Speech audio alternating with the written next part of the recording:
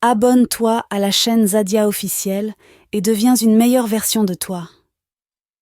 Leadership rime avec intelligence émotionnelle. Et l'une des facettes de l'intelligence émotionnelle est de maîtriser les comportements de son entourage et comprendre leurs intentions.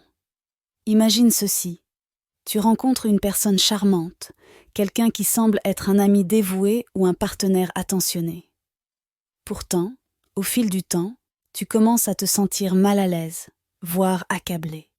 C'est le processus subtil et dévastateur de la manipulation psychologique, décomposé ici en 3 étapes. Première étape. Semer le doute et la culpabilité. Le manipulateur commence par te faire croire que tu es une mauvaise personne. C'est un maître dans l'art de détecter tes vulnérabilités. Il peut flairer une période de faiblesse ou de doute chez toi, qu'il exploitera sans scrupule. Imagine que tu traverses une période difficile au travail ou dans ta vie personnelle. Le manipulateur utilise cette situation pour te convaincre que tu as un problème fondamental. Il répète sans cesse que tu manques de confiance en toi, que tu as un caractère défectueux, et il te rappelle constamment tes erreurs passées. Même si ces erreurs sont mineures ou anciennes, il les exagère et les ressasse, renforçant l'idée que tu es en faute. Il ira même jusqu'à influencer ton entourage, leur suggérant subtilement que tu es une mauvaise personne. Ainsi, non seulement tu commences à douter de toi-même, mais ton cercle social est également affecté, amplifiant ton isolement et ton sentiment de culpabilité. Deuxième étape. Jouer le rôle du sauveur.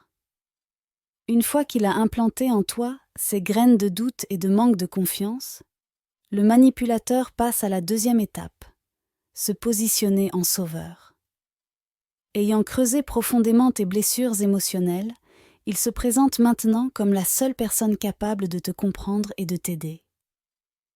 Il adopte une attitude protectrice, offrant des conseils, de l'aide et une écoute attentive.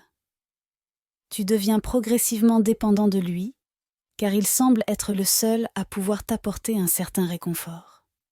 Cependant, cette aide n'est jamais gratuite. En réalité, il te lie à lui par la culpabilité et la reconnaissance, créant une dette émotionnelle qui te rend encore plus vulnérable et dépendant. Plus il t'aide, plus tu ressens le besoin d'être à la hauteur de ses attentes, renforçant ainsi ton sentiment de redevabilité. Troisième étape. La prise de contrôle et l'abandon. Enfin, le manipulateur entre dans la 3e phase de son plan. Une fois que tu es émotionnellement dépendant, il se met en retrait. Cette distance soudaine est déstabilisante, car après avoir été le centre de ton soutien, il te laisse seul avec tes insécurités. Tu te retrouves à courir après lui, essayant de regagner son approbation et son soutien. Tu es prêt à tout pour qu'il revienne dans ta vie, car sans lui, tu te sens perdu. C'est ici que le manipulateur exerce son pouvoir ultime. Il te fait faire ce qu'il veut en échange de son retour dans ta vie. Il devient le marionnettiste, tirant les ficelles de tes actions et décisions. Si, par chance, tu commences à réaliser la manipulation à cette étape et essaies de te libérer, il change immédiatement de stratégie. Plutôt que de te reconquérir, il te désigne comme son ennemi numéro 1.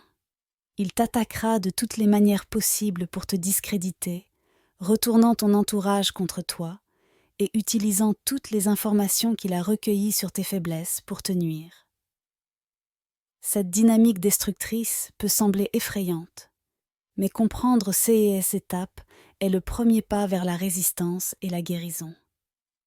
Si tu te retrouves dans une telle situation, sache que tu n'es pas seul et qu'il existe des moyens de sortir de cette emprise toxique.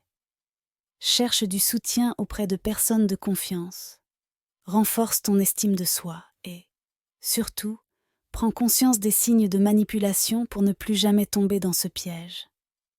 Abonne-toi à la chaîne Zadia officielle et deviens une meilleure version de toi.